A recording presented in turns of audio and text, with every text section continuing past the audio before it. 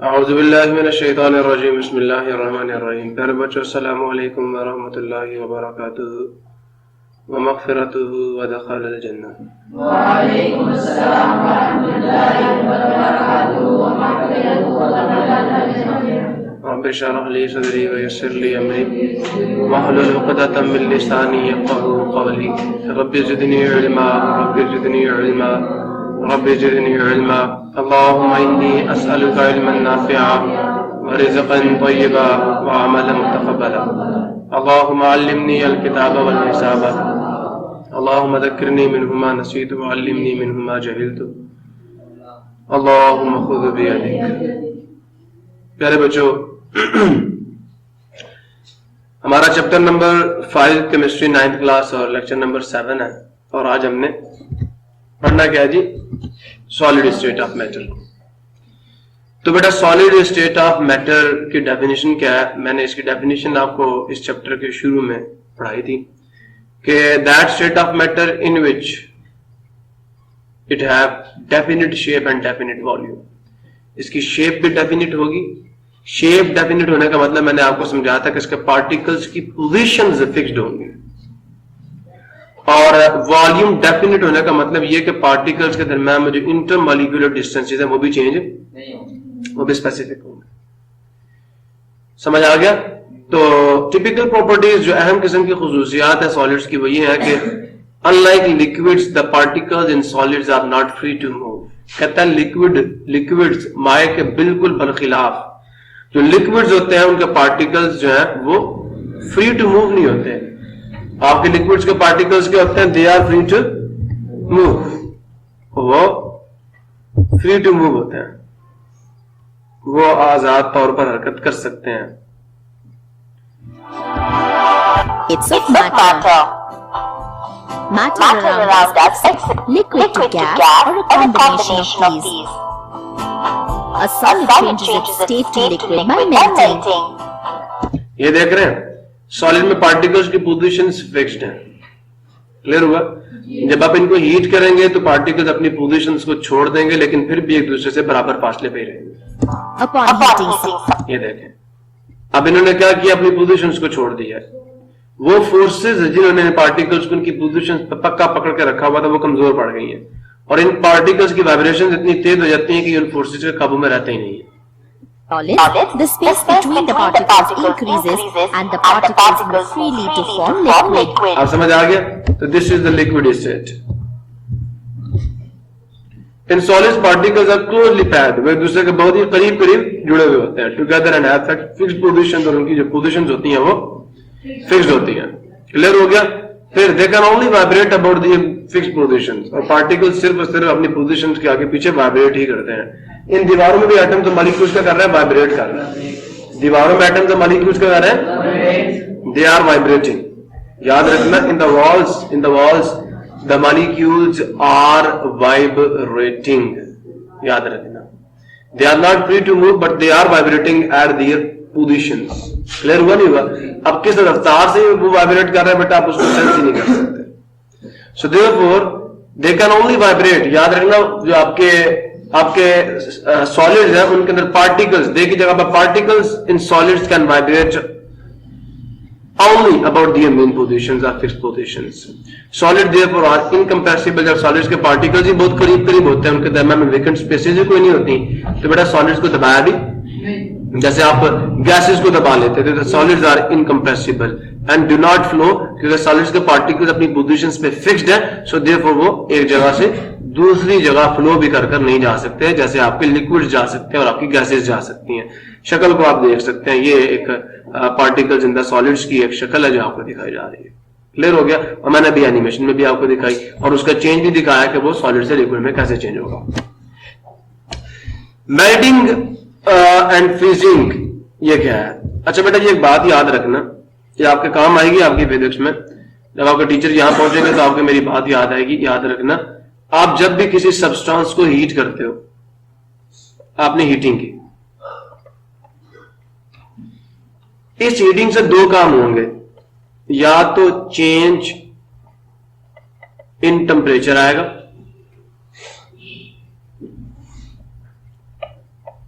या क्या होगा, फिजिकल स्टेट चेंज होगी, फिजिकल,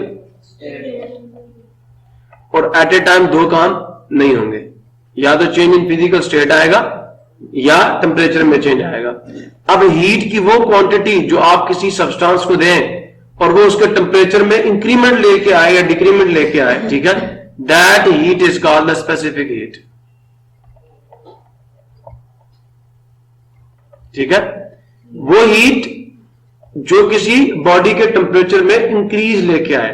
टेम्परेचर इंक्रीज करने का मतलब क्या है, काइनेटिक एनर्जी में चेंज लाना, ठीक है, पार्टिकल्स की काइनेटिक एनर्जी बढ़ेगी। बट फिजिकल स्टेट में क्या होता है, वो हीट जो आपकी बॉडी की फिजिकल स्टेट को चेंज कर दे, वो आपकी बॉडी के टेम्परेचर को चेंज नहीं करेगी, उस हीट को हम कहते हैं। अब जब आपका कोई भी सॉलिड मेल्ट करता है, जैसे यहां पे मेल्टिंग हुई थी, solid changes its state to liquid by melting.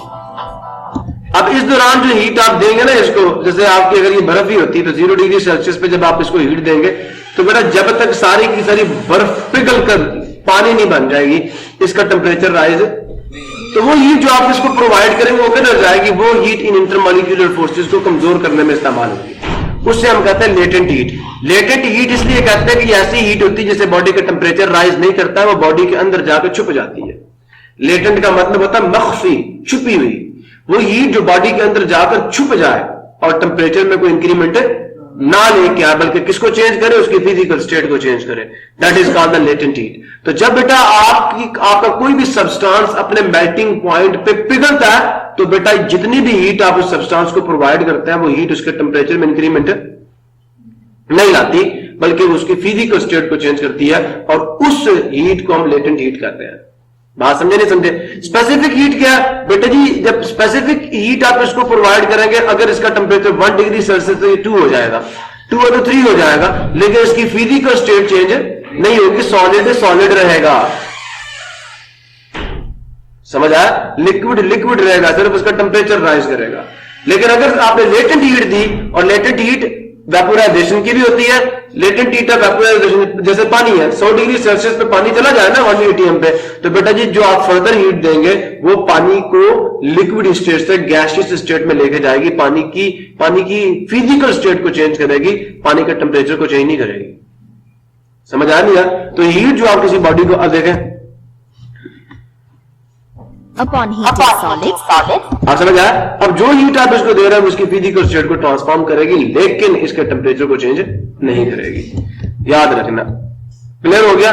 ये मैं आपको समझाना चाह रहा था कि जो हीट आप किसी बॉडी को देते हैं वो दो काम कर सकती है, या तो बॉडी के मॉलिक्यूल्स की काइनेटिक एनर्जी बढ़ाएगी, मतलब उसके टेम्परेचर को राइज करेगी, या वो हीट उसकी फिजिकल स्टेट को चेंज करेगी। अगर हीट जो है वो बॉडी के टेम्परेचर को चेंज कर रही हो तो that is the specific heat, और अगर हीट जो है बॉडी की फिजिकल स्टेट को चेंज कर रही है तो टेम्परेचर में चेंज नहीं आएगा। समझ आ गया? सो ये बेटा ये मेल्टिंग और फ्रीजिंग, मेल्टिंग पॉइंट की डेफिनेशन भी आएगी और फ्रीजिंग पॉइंट की डेफिनेशन भी आएगी, और फिर बॉइलिंग पॉइंट की डेफिनेशन आप इससे खुद ही कर लेंगे, और सो ऑन आप बाकी चीजें चलाते रहेंगे। The particles in a solid vibrate about fixed positions, ये आपको पता है कि वो सिर्फ वाइब्रेट ही कर सकते हैं, पोजीशन नहीं छोड़ सकते, इसलिए वाइब्रेट कर सकते हैं। When you heat A solid, जब आप किसी सॉलिड को हीट करते हैं, it's particles vibrate more rapidly. क्या मतलब है कि उसके पार्टिकल्स की एजिटेशन की रफ्तार बढ़ जाती है, इसका मतलब उसका टेम्परेचर बढ़ जाता है। काइनेटिक एनर्जी बढ़ने का मतलब टेम्परेचर बढ़ गया, फिजिकल स्टेट चेंज नहीं। लेकिन एक लेवल ऐसा आता है, this is because the kinetic energy increases on heating, उनकी वाइब्रेशंस क्यों बढ़ेगी? क्योंकि उनकी काइनेटिक एनर्जी बढ़ जाती है। When its temperature is raised to a level at which vibration of the particles become so intense that the particles start leaving their positions, जब उस पार्टिकल्स की वाइब्रेशंस इतनी तेज हो जाएंगी कि वो अपनी पोजीशन को छोड़ना शुरू कर दें, तो अब बेटा क्या होगा, अब पार्टिकल्स की वाइब्रेशंस मजीद नहीं बढ़ेंगी बल्कि वो पोजीशंस छोड़ेंगे, और पोजीशंस को छुड़वाने में जो एनर्जी यूज होगी that is the latent heat, तब मेल्टिंग होगी, that is the latent heat of fusion. समझे नहीं समझे? So when its temperature is raised to a level at which, जब इसका दर्जा बढ़ जाता है टू ए लेवल, एक दर्जे तक, एट विच जहां पे वाइब्रेशंस ऑफ द पार्टिकल्स की एजिटेशन इतनी तेज हो जाती है कि वो अपनी पोजीशन को छोड़ देते हैं। और जैसे मैंने भी आपका एनिमेशन में दिखाया, The space ऐसे between the solid particles liquid में कन्वर्ट होता है। इन्होंने पोजीशन छोड़ दी है ना, तो बिल्कुल ऐसा ही होता है। इनकी वाइब्रेशन इतनी इंटेंस हो जाती है कि अपनी पोजीशन पे रह ही नहीं सकते और छोड़ के फ्लो करना शुरू कर देते हैं। तो thus the arrangement of the particles within the solid breaks down। तो जो अरेंजमेंट थी वो हो जाएगी, खत्म हो जाएगी, टूट जाएगी। इवेंचुअली द सॉलिड मेल्ट्स, और आपका सॉलिड मेल्ट करके लिक्विड में चेंज हो जाएगा। इस दौरान जितनी भी हीट आप देंगे वो टेम्परेचर को चेंज नहीं करेगी, बल्कि क्या करेगी, स्टेट को चेंज करेगी। द टेम्परेचर, अब बेटे ये है, अब मेल्टिंग पॉइंट की डेफिनेशन ये है, the temperature at which A solid turns into a liquid is called melting point. मैं कहता हूं ये टेम्परेचर आम टेम्परेचर नहीं, ये कांस्टेंट टेम्परेचर है। कौन सा टेम्परेचर है? ये कांस्टेंट होता है, इसके ऊपर टेम्परेचर चेंज नहीं होगा, मेल्टिंग पॉइंट चेंज नहीं होता। मेल्टिंग पॉइंट पर सारा सॉलिड जब तक नहीं पिघलेगा तब तक आपका temperature change. The constant temperature at which A solid turns into a liquid is called melting point. Clear हो गया? ऑन कूलिंग, जब आप इसे कूल करेंगे तो द लिक्विड फ्रीजेस, वो जम जाएगा, जो आपका लिक्विड है वो जम जाएगा। Thus freezing of liquid is the reverse process of melting. समझ आ गया आपको? तो मेल्टिंग पॉइंट और फ्रीजिंग पॉइंट सेम टेम्परेचर होता है, डिफरेंट टेम्परेचर नहीं है। क्लियर हुआ? डेफिनेशन का, the temperature at which liquid changes into solid is called freezing point, और the constant temperature at which liquid changes into solid is called freezing point. ये भी constant ही होगा ना, इसमें टेम्परेचर चेंज नहीं होगा। सो the melting and freezing of substance occurs at the same temperature, एक ही temperature पे अकर होते हैं दोनों। ठीक है? So at this temperature the liquid and solid substances are in equilibrium. दोनों किसमें होते हैं? दोनों इक्विलिब्रियम में होते हैं, दोनों तवाजुन में होते हैं, दोनों मौजूद होते हैं। ठीक है? With each other the melting point of solid depends on the strength of the attractive forces that hold the particles together. बात समझ आई है आपको? जो किसी भी सॉलिड का मेल्टिंग पॉइंट होता है ना, याद रखना वो डिपेंड करता है किसके ऊपर? उन कशिश की कुव्वतों पर, उन कशिश की कुव्वतों की मिकदार। ये देखें, ये पार्टिकल्स अगर अपनी पोजीशंस पे जुड़े हुए हैं तो इनको आपस में कुछ कुव्वतों ने जोड़ कर रखा हुआ है। अगर ये कुव्वतें ज्यादा मजबूत होंगी तो मेल्टिंग पॉइंट भी क्या होगा? ज्यादा होगा, ज्यादा हीट देनी पड़ेगी इसको मेल्ट करने के लिए। तो जिस सॉलिड का मेल्टिंग पॉइंट ज्यादा होगा उसके अंदर इंटरमॉलिक्यूलर फोर्सेस क्या होंगी? ज्यादा होंगी। उसके मॉलिक्यूल्स को जोड़ने वाली कुव्वतें क्या होंगी? ज्यादा होंगी। बात समझ आई नहीं आई? So come to the point now. So the melting point of a solid depend, जब सॉलिड का मेल्टिंग पॉइंट होता है वो डिपेंड करता है किसके ऊपर? स्ट्रेंथ पे, ताकत पे। किसकी? किसकी? अट्रैक्टिव फोर्सेस की। ठीक है? That binds the particles together in the fixed positions in A solid. Problem किसी को इफेक्ट याद रहेगा, लास्ट पॉइंट लास्ट में याद रखना। सेल्फ असेसमेंट एक्सरसाइज इसी से होगी। कहता sodium chloride and any compound has a high melting point 801 degree Celsius, whereas the molecular solids such as ice has a relatively low melting point, that is 0 degree Celsius. तो कहता है ice का melting point 0 degree Celsius है, ये भी solid है, और जो आपका खाने का नमक है वो भी एक सॉलिड है, उसका मेल्टिंग पॉइंट का 801 डिग्री सेल्सियस है। बेटा सादा सी बात है, अट्रैक्टिव फोर्सेस क्या होती है किसमें? खाने के नमक में। जो आप the melting point of solid depend upon the strength of attractive forces that hold the particles together in their fixed positions in the solid. ठीक है जी? बात समझ आ गई? The forces of attraction in NaCl and any compound are strong, whereas the forces of attraction between the particles are in molecular solids. Between the particles of molecular solids are in molecular solids such as ice are weak as compared to the ionic compound. Therefore, sodium chloride and ionic compound has a high melting point that is 801 degree Celsius, whereas the molecular solids such as ice has a relatively low melting point that is 0 degree Celsius. Attractive forces का problem है, इनका problem है। एक में ज्यादा होती है, एक में कम होती है। मैंने बुलाया था, उस टाइम आई नहीं।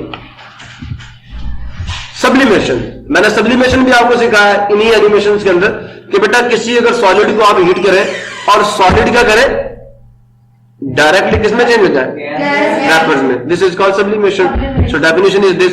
सब क्यों होता है? मैंने बताया था कि कुछ सॉलिड्स ऐसे होते हैं उनके मेल्टिंग पॉइंट से पहले ही उनका वेपर प्रेशर एटमॉस्फेरिक प्रेशर के बराबर आ जाता है, तो वो वेपर में कन्वर्ट हो जाता है, मेल्ट ही नहीं करते।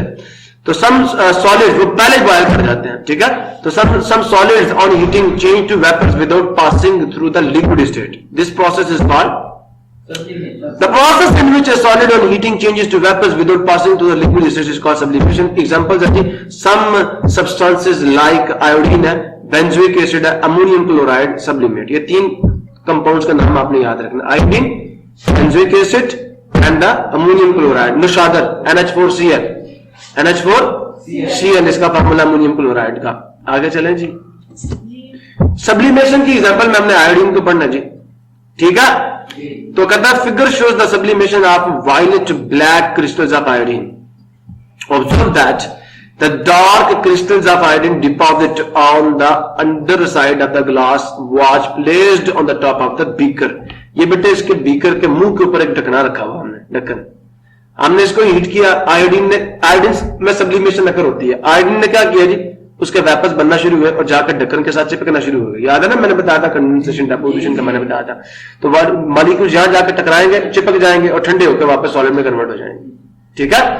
समझ आ नहीं आया तो क्या, observe that dark crystals of iodine on the under side, निचली सतह जो है द ग्लास वाज, जो शीशे का ढक्कन है, placed on the top of the beaker, जो बीकर के मुंह पे पड़ा हुआ है, कंटेनिंग सॉलिड आयोडीन। इस बीकर जिसमें सॉलिड आयोडीन पड़ी हुई है, दैट इज बीइंग हीटेड, जिसको गर्म किया जा रहा है। द आयोडीन वेपर्स सब्लिमेट, जो आयोडीन के वेपर्स हैं वो क्या करेंगे, वेपर्स में कन्वर्ट होंगे। सब्लिमेशन का प्रोसेस अगर होगा उनके अंदर from the iodine crystals, iodine की क्रिस्टल से इन द बॉटम, जो कि इसके पैंदे पे पड़ी हुई है, ठीक है, of the beaker and condense, और ऊपर जाकर ठंडी हो जाएंगी to form the crystals on the glass watch. इसके बॉटम पे अपनी क्रिस्टल्स बना देंगी। बात समझ आई नहीं है? तो this is the sublimation in the iodine. Why sublimation occurs, इसका जवाब कौन देगा? ये सब्लिमेशन क्यों रूनुमा होती है? अहमद ही जवाब दे दे चले। मैंने इसका अभी भी जवाब दिया थोड़ी देर पहले। चल तू दे।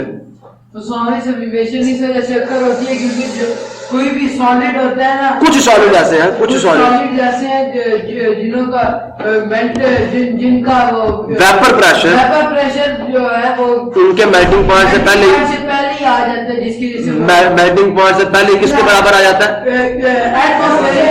वो पहले बॉइल कर जाते हैं। वाटर वेपर नहीं, अपने वेपर्स बनाते हैं। आयोडीन के वेपर्स बनाएगी वाटर, वाटर के वेपर्स बनाएगा। So therefore vapours of that substance are formed. तो why sublimation occurs? This is the answer. Sublimation occurs because vapors, ठीक है, जो वेपर्स है उनका वेपर प्रेशर, ठीक है। तो sublimation occurs because the vapor pressure of some solids become equal to the atmospheric pressure below the melting point. So they sublimate. वो boil कर जाता है पहले। Now come to the point. Freeze dried food. बड़ा important question जो बार बार paper में पूछा जाता है और बच्चे पता नहीं, मेरे बच्चे तो मुझे यकीन है अगर उनके दिमाग में मेरी बात बैठ गई तो कर लेंगे। बहुत सारे बच्चों की बुक पे यही चीज लिखी हुई है। गौर से सुन ले, फ्रीज ड्राइड फूड क्या होती है? याद रखना, that type of light weighted food. ये ऐसा खाना होता है, याद रखना, ये ऐसा खाना, गौर से सुन लेना। स्पंज कभी देखा जिससे आप बोर्ड साफ करते हो? उस तरह का हल्का खाना होता है। एक गोश्त की बोटियां होती हैं लेकिन इतनी हल्की जैसे स्पंज होता है। अब जब आप उनके अंदर पानी मिलाएंगे ना तो वापस बोटियां बन जाएंगी, वजनी बोटियां बन जाएंगी। इस तरह की खुराक है। तो क्या होता है? That type of light weighted food from which water has been removed. इससे पानी को अलग कर दिया जाता है, निकाल दिया जाता है। तो ऐसा खाना जिसके अंदर से पानी को निकाल दिया गया हो बाय यूजिंग सॉल्ट। पहली चीज क्या? सॉल्ट, खाने का नमक यूज करके, और दूसरा बेटा vacuum distillation is called freeze dried food. अब इसको मुझे समझाने के लिए आपको वो सुबह वाली कहानी सुनानी पड़ेगी। बेटा जो फॉर एग्जाम्पल आपका मीट है, गोश्त है, पता क्या किया जाता है? इसको बनाने का तरीका क्या, चलो मैं आपको बाद में बता देता हूं। पहले ये डेफिनेशन याद रखोगे या आखिर में डेफिनेशन डाल लेंगे, ठीक है। अब हाइग्रोस्कोपिक सब्सटेंसेस क्या होते हैं? हाइग्रोस्कोपिक इन्हें नम कुछ मुरक्कबात कहते हैं, ठीक है। नमी को जज़ब कर लेने वाले। बरसात के मौसम में आपका नमक किस तरह का हो जाता है? डेले की फॉर्म में। बिस्किट आप बाहर रखते हैं, हवा में क्या हो जाते हैं? बड़े अजीबो गरीब किस्म के नरम नरम हो जाते हैं ना, कुरकुरे नहीं रहते हैं ना। तो वो क्या करते हैं? हवा से नमी जज़ब कर लेते हैं, ऐसा ही है ना। तो वो हाइग्रोस्कोपिक एजेंट है। हाइग्रोस्कोपिक सब्सटेंस इज वन, ये वो कंपाउंड होता है that radially attracts water or absorbs water from its surrounding. ये वो कंपाउंड होता है जो अपनी सराउंडिंग से पानी को जज़ब कर ले, ठीक है। A substance that is able to absorb moisture from its surrounding is called hygroscopic substance. दूसरी डेफिनेशन आपके लिए बेस्ट है। खाने का नमक क्या होता है? हाइग्रोस्कोपिक एजेंट होता है, हाइग्रोस्कोपिक कंपाउंड होता है। बात सुन रहे हो मेरी? नहीं सुन रहे? खाने का नमक हाइग्रोस्कोपिक कंपाउंड है जी। अब आपने पहले क्या करना है जी? जब आपने फ्रीज ड्राइड फूड तैयार करनी है, आपने गोश्त को कन्वर्ट करना फ्रीज ड्राइड फूड में। बेटा गोश्त जो होता है ना, उसको नमक लगाते हैं पहले। क्या लगाते हैं? नमक, नमक क्या, एक हाइग्रोस्कोपिक कंपाउंड है। ये क्या करेगा, गोश्त से पानी को खींच लेगा। समझ आई? तो कुछ पानी को किसने रिमूव कर दिया, नमक ने। ठीक है, समझ आ गया नहीं आ गया? फिर उस गोश्त को हम पकड़ते हैं और वैक्यूम चैम्बर के अंदर डाल देते हैं। ठीक है, अब आपको ये पता है, गौर से सुनना मेरी बात को, वो गोश्त जिसको हमने सॉल्ट लगाया उससे पानी निकला, फिर हमने क्या करना है, उस गोश्त को एक स्टेप भूल गया मैं, उसको जमा देना, उसको फ्रीजर में रखना है। जब वो जम जाएगा ना, उसको पकड़ना और एक वैक्यूम चैम्बर के अंदर डाल देना है। वैक्यूम क्लीनर क्या करेगा, उस चैम्बर से सारी हवा को रिमूव कर देगा। उसके नतीजे में यहां पे एटमॉस्फेरिक प्रेशर क्या हो जाएगा, सुबह मैंने बताया था, एटमॉस्फेरिक प्रेशर क्या हो जाएगा, कम हो जाएगा, और एक ऐसा लेवल आएगा कि बर्फ का वेपर प्रेशर और चैम्बर की एटमॉस्फेयर का जो प्रेशर है वो दोनों क्या हो जाएंगे, बराबर हो जाएंगे। तो जो पानी बर्फ की शक्ल में आपके गोश्त के अंदर मौजूद है वो किसमें कन्वर्ट होगा, सब्लिमेशन के जरिए से। नहीं समझे मेरी बात? वो वेपर में कन्वर्ट होगा, वैक्यूम क्लीनर उन्हें भी खींच के बाहर निकाल देगा, पीछे सिर्फ करा देगा, गोश्त रह जाएगा। समझे बेटा? अगर आपने ऊपर से प्रेशर कम किया ना किसी भी चीज के, तो बेटा जी क्या होगा, ये जो आपका सॉलिड है इसका भी वेपर प्रेशर आपके एटमॉस्फेरिक प्रेशर, ठीक है, एटमॉस्फेयर तो नहीं कहना चाहिए, आपके चैम्बर के प्रेशर के बराबर आ जाएगा। तो फिर क्या होगा, जब एक्सटर्नल प्रेशर जो कि चैम्बर का प्रेशर है, ठीक है, और जो आपके फूड के अंदर मौजूद जो वाटर के मॉलिक्यूल्स है उनका वेपर प्रेशर है, दोनों बराबर आ गए, तो बेटा जी वेपर्स को फूड के अंदर कोई चीज रोक नहीं सकती। वैक्यूम क्लीनर यहां पे प्रेशर कम करता है, वाटर वेपर्स यहां से वाटर मॉलिक्यूल वेपर बनकर यहां जाना शुरू कर देते हैं, जो आपका गोश्त होता है वो पीछे खुश्क हो जाता है और आप उस गोश्त को बाहर निकाल के पैक्स में बंद करके भेज देते हैं। This is a freeze dried food. बात समझे नहीं समझे? इसे कहते हैं वैक्यूम डिस्टिलेशन, कि वैक्यूम क्रिएट करके किसी चीज के अंदर से पानी के मॉलिक्यूल्स को बाहर निकालना। आप क्या करते हैं, ऊपर से हवा हटा देते हैं, ऊपर से प्रेशर जैसे कम होगा मॉलिक्यूल्स क्या करेंगे, इनका वेपर प्रेशर एक्सटर्नल प्रेशर के बराबर आएगा, वो सब्लिमेशन का प्रोसेस अगर हो जाएगा। बात समझे नहीं समझे? बर्फ का अगर एक्सटर्नल प्रेशर हम उसके ऊपर से कम कर दें, 0 डिग्री पे कितना था मेरे ख्याल में 0.6 किलो पास्कल था, याद आया नहीं यार? तो हम 0.6 किलो पास्कल प्रेशर चैम्बर में डेवलप करते हैं तो क्या होगा, बर्फ के मॉलिक्यूल्स किस में कन्वर्ट हो जाएंगे, वेपर में, सब्लिमेशन अगर हो जाएगी। समझे नहीं समझे?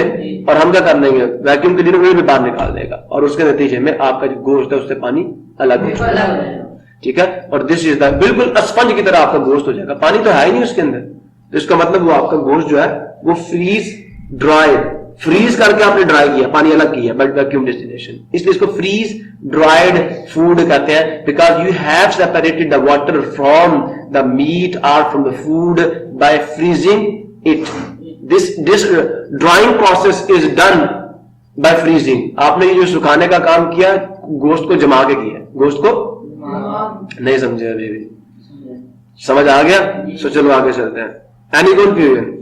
सो बच्चे कुछ एग्जांपल्स भी मैंने दी हैं इसके अंदर। NaCl खाने का नमक हाइग्रोस्कोपिक एजेंट है, शहद भी हाइग्रोस्कोपिक एजेंट है, ग्लिसरीन है, इथानॉल है, मिथानॉल है, कंसंट्रेटेड सल्फ्यूरिक एसिड, ये बहुत खतरनाक किस्म का हाइग्रोस्कोपिक एजेंट है, एंड कंसंट्रेटेड सोडियम हाइड्रोक्साइड, ये भी बेटे जिसे लई भी कहते हैं, ये सारे हाइग्रोस्कोपिक एजेंट्स हैं, ये हवा से पानी को जज़ब कर लेते हैं। ठीक है, स्टेप्स फॉर द प्रिपरेशन, आपने सिर्फ पता करना, डेफिनेशन याद करनी है फ्रीज ड्राइड फूड की, सुन रहे हो, और स्टेप्स याद करने हैं। हाइग्रोस्कोपिक एजेंट की डेफिनेशन और एग्जांपल्स कुछ याद कर लेंगे तो आपका फायदा है। Salt is applied on the meat, पहला स्टेप ये है, आपने क्या लगाना, खाने का नमक, किसके ऊपर, इज अप्लाइड, लगाया जाता है, ऑन द मीट, गोश्त पे।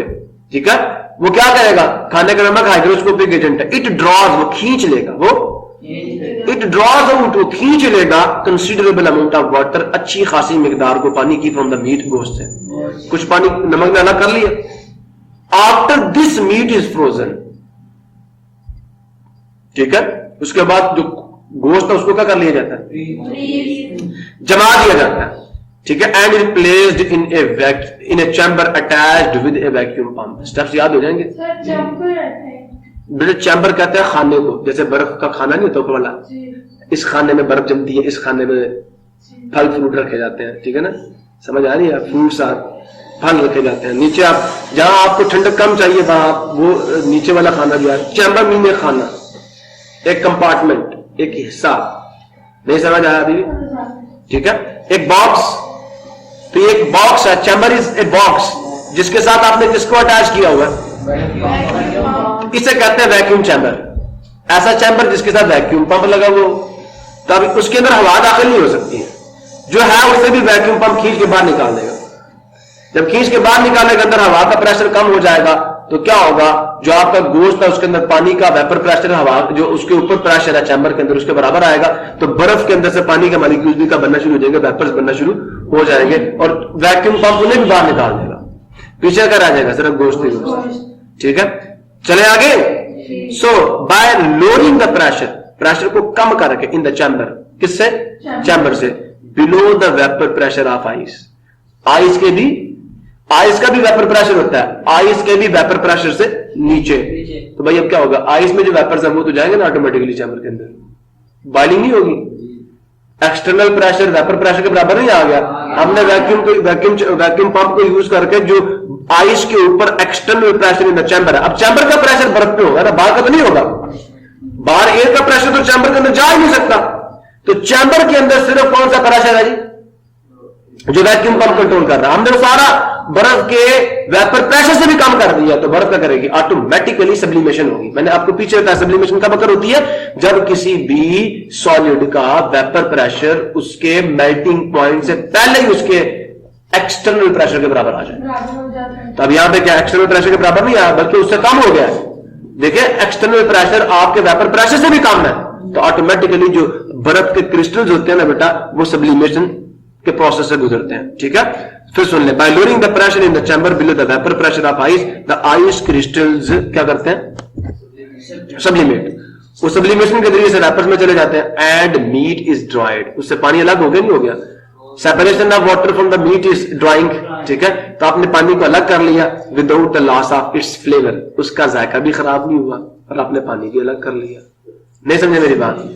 अब आपने क्या करना, उसको एयर टाइट शॉपर्स में पैक कर देना ताकि उसके अंदर पानी दाखिल ना हो सके। तो आपको फ्रीज ड्राइड मीट मिल गया, जमा हुआ और खुश्क, जमाकर खुश्क किया गया, फ्रीज ड्राइड, जमाकर खुश्क किया गया गोश्त आपको मिल गया। अब आप जब वो शॉपर घर में लेके आएंगे, उसे खोल कर उसमें पानी डालेंगे, वापस वही बोटियां बन जाएंगी जो पहले थी। नहीं समझ आया? नहीं समझ आया मेरे ख्याल में, क्लियर हो गया? ये तरीका था 3 स्टेप्स में बनाने के जी। डेफिनेशन समझ आ गई? अब समझ आ, that type of light weighted food, वो खुराक जिसका वजन बहुत कम होगा। ठीक है, फ्रॉम विच, जिससे वाटर हैज बीन रिमूव, जिससे पानी अलग किया जा चुका हो, by using salt and vacuum distillation is called freeze dried food. अब समझ आ गया, दोनों काम हो गया ना। अच्छा जी, properties of freeze dried food क्या है? कहता है freeze dried foods are light weighted, ये वजन में बहुत कम, पानी रहा नहीं तो वजन में कम नहीं होगी ना। ठीक है, एंड कन्वीनियंटली रिकॉन्स्टिट्यूटेड, इनको बड़ा आसानी के साथ वापस इनकी असली हालत में लाया जा सकता बाय एडिंग वाटर, सिर्फ पानी मिला के, सिर्फ dried meat needs no refrigerator. अब मजे की बात यह है कि वो जो खुश्क गोश्त है उसको मजीद फ्रीजर की जरूरत क्यों नहीं पड़ेगी, खुश्क गोश्त है ना। अब मजे की बात याद रखना बेटा, जो आपका खाना खराब होता है ना, याद रखना बैक्टीरिया पानी की मौजूदगी में खाने को खराब करते हैं। अब जब आपका गोश्त में पानी ही कोई नहीं तो बैक्टीरिया वहां पे कोई काम कर सकेंगे? उनको खाने को खराब करने के लिए पानी चाहिए, आपने पानी तो निकाला हुआ। समझ नहीं आया? याद रखना, ठंडे टेम्परेचर पे बैक्टीरिया काम नहीं कर सकते। गर्मी में खाना ऐसे खराब होता है, क्यों? टेम्परेचर ज्यादा मिलता है, बैक्टीरिया अपना काम सही एफिशिएंसी से करता है। जब टेम्परेचर कम होता है ना, तो बैक्टीरिया खाने को जल्दी खराब नहीं कर सकता। और दूसरा, आपने पानी भी निकाल दिया, और तीसरा, आपने खाने का नमक जिसमें क्लोरीन होती है वो भी लगा दी। अगर कोई बैक्टीरिया आ गया तो क्लोरीन उसे किल कर देगी। अब समझ आया? तो आपने तो सारे रास्ते खराब करने के बंद कर दिए। आप जरा पढ़िए, dried meat need no refrigerators, इसको फ्रीजर की जरूरत है because bacteria such as salmonella. ठीक है, सैल्मोनेला जो है विच कॉजेज फूड पॉइजनिंग, जो खाने को खराब करता है, जहरीला बना, can not grow on salt, वो तो नमक पे उग ही नहीं सकता, नमक पे अफजाइश नहीं कर सकता, नमक पे पैदा नहीं हो सकता, क्योंकि नमक में क्लोरीन होती है और ये जरासीमों को मार देती है। ठीक है, इन द एब्सेंस ऑफ मॉइस्चर। समझ आया नहीं है? वो पहली बात तो खाने का नमक उसे किल करेगा, दूसरी बात एब्सेंस ऑफ मॉइस्चर है, नमी भी कोई नहीं। ठीक है, समझ आया नहीं यार? ये जो बैक्टीरिया होता है ना, इनके गिर्द बेटा क्या होता है, एक गिलाफ होता है जेली लाइक, ठीक है, बात समझे, स्लाइम कैप्सूल, वो इनको गीला रखता है। जब आप बैक्टीरिया जो है खाने का नमक लगी हुई चीज किसी के पास जाता है ना, तो खाने का नमक उससे पानी खींच लेता है, उसके कैप्सूल से बैक्टीरिया मर जाता है। नहीं समझे मेरी बात? समझे नहीं समझे?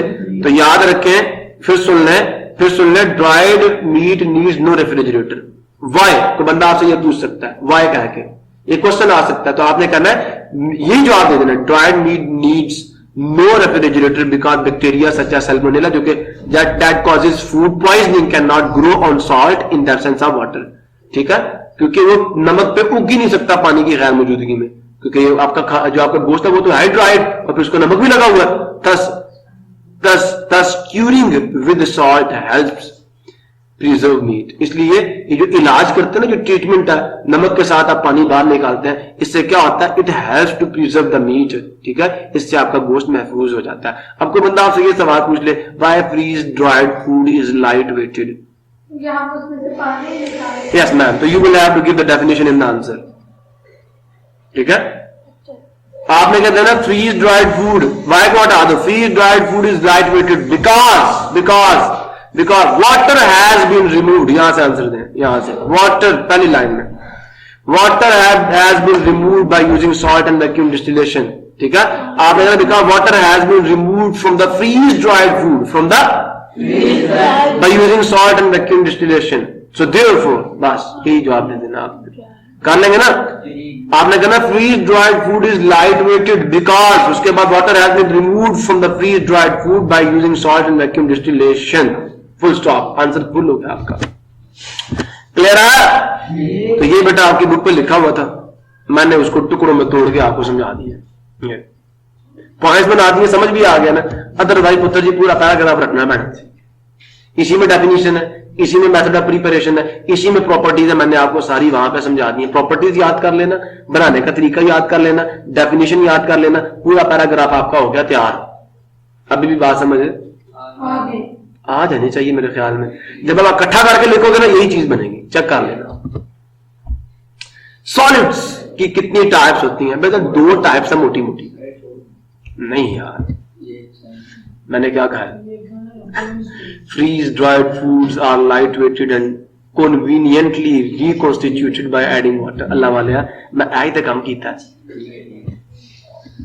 शाबाश है। इसका मतलब है, और मेरी अंग्रेजी समझ आती है, कोई नहीं आती है ता दो, टूटी फूटी बोलता हूं वैसे। ठीक है, मैंने यही कहा था अंग्रेजी में कि यार मैंने इसके पॉइंट्स बना दिए, उर्दू भी समझ नहीं आती है। ये types of solids. A solid consists of an array of particles which may be atoms। अब गौर से सुनना बेटा, सॉलिड्स की टाइप्स हैं। ये जो मैंने अभी आपको सॉलिड दिखाया था, ये जो पार्टिकल्स है ना बेटा, ये एटम्स भी हो सकते हैं, ये आयंस भी हो सकते हैं, और मॉलिक्यूल्स भी हो सकते हैं। क्लियर हो गया? अगर ये आयंस हुए तो ये आयनिक सॉलिड होगा, सुन रहे हो जी? अगर ये मॉलिक्यूल्स हुए तो ये मॉलिक्यूलर सॉलिड होगा। बात नहीं समझे? समझ गए? आयंस हुए तो आयनिक सॉलिड होगा, मॉलिक्यूल्स होंगे तो मॉलिक्यूलर सॉलिड होगा। प्रॉब्लम किसी को?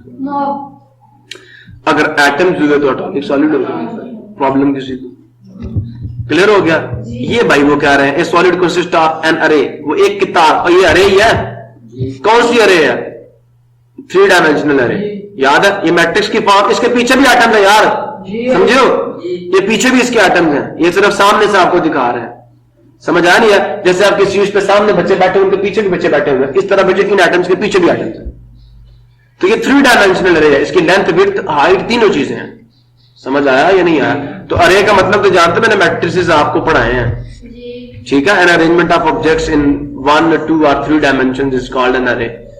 ठीक है, तो ये सॉलिड कंसिस्ट ऑफ एन अरे, वो एक अरे पे मुश्तमिल होता है, एक सब पे, एक किताब पे मुश्तमिल होता है। किसकी? पार्टिकल्स की, विच में भी एटम्स, जो एटम्स भी हो सकते हैं, मॉलिक्यूल्स भी हो सकते हैं, और आयंस भी।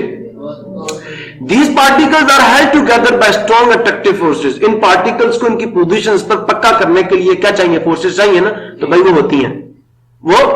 तो these particles are held, in particles को पकड़ कर रखा जाता है, टुगेदर, इकट्ठा, by strong attractive forces, बहुत ही मजबूत किस्म की कशिश की कुव्वतों के जरिए से, बिटवीन देम, जो कि इनके दरम्यान में मौजूद होती हैं। आपकी दीवारें खड़ी है दरम्यान में अट्रैक्टिव फोर्सेज हैं, ठीक है।